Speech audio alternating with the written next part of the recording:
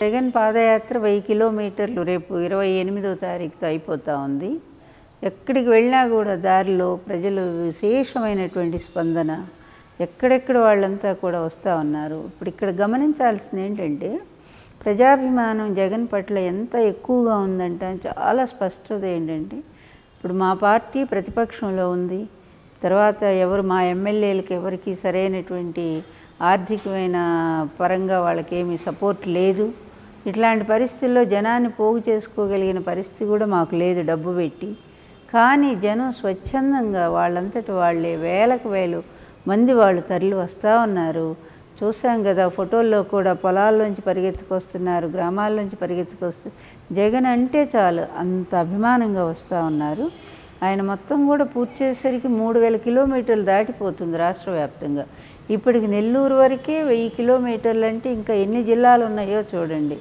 ఇప్పుడు 4వ జిల్లా అనుకుంటాను ఇది. ఆ తర్వాత ఇంకా గుంటూరు, కృష్ణా, తర్వాత ఉభయ గోదావరిలు, ఆ తర్వాత 3, మొత్తం ఇంకా 6 జిల్లాలు ఉన్నాయి. కానీ ఈ పరిస్థితుల్లో ఆ లెక్క వేస్తే చాలా వేల మైళ్ళు 3000 కిలోమీటర్లు దాటిపోతుంది. విశేషమైన ప్రతిస్పందన వస్తూ ఉంది, ప్రజల నుంచి స్పందన వస్తూ ఉంది. అది కాకుండా అసలు ప్రభుత్వ వ్యతిరేకత ఏంటనేది ప్రజల్లో చాలా స్పష్టంగా తెలుస్తూ ఉంది.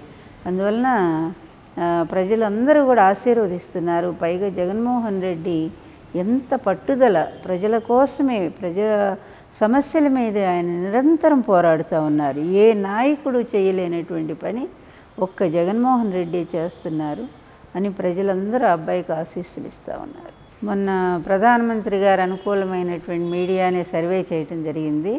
ఆ సర్వేలో మరి ఎన్డీఏ పార్టీకి ఇన్ని సీట్లని, తర్వాత మిగిలిన వాళ్ళకి ఇన్ని వస్తాయని చెప్పడం జరిగింది.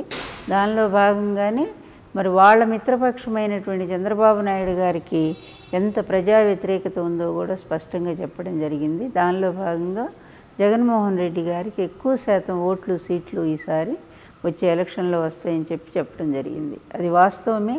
అది ఇప్పుడు ఆ ప్రజాస్పందన కూడా మనం ఆయన పాదయాత్రలో మనం చూస్తూనే ఉన్నాము. ప్రజలు ఎలక్షన్స్ కోసం ఎదురు చూస్తున్నారా అనిపిస్తూ ఉంది. ఎందుకంటే జగన్మోహన్ రెడ్డిని గెలిపించడం కోసం అంతగా ప్రభుత్వం మీద తీవ్రమైన వ్యతిరేకత ఉంది. చంద్రబాబు నాయుడు గారు చెప్పడం ఒకటి, చెయ్యటం ఒకటి. ఆయన ఎప్పుడూ కూడా అబద్ధాలతోనే కాలక్షేపం చేస్తూ ఉన్నాడు. ఇతను ప్రజలు, పేద వర్గాలకి ఏ న్యాయం జరగట్లేదనే బాధ రైతు వర్గాల్లో ఉంది, మిగిలిన క్రింది వర్గాల్లో ఉంది. అన్ని వర్గాలు కూడా అసంతృప్తితో ఉన్నాయి. అందుకనే జగన్మోహన్ రెడ్డి తప్పకుండా వాళ్ళ నాన్నగారిలాగా ఆయన పరిపాలనకు వస్తే హామీలన్నీ కూడా నెరవేరుస్తారు, మాట మీద నిలబడే మనిషి, విశ్వసనీయతకు మారు పేరు వైఎస్ రాజశేఖర రెడ్డి లాగా అనేటువంటి నమ్మకం ఈరోజు ప్రజలు జగన్మోహన్ రెడ్డి గారి మీద ఉంచుతూ ఉన్నారు. తెలుగు పాపులర్ టీవీని యూట్యూబ్లో సబ్స్క్రైబ్ చేయండి.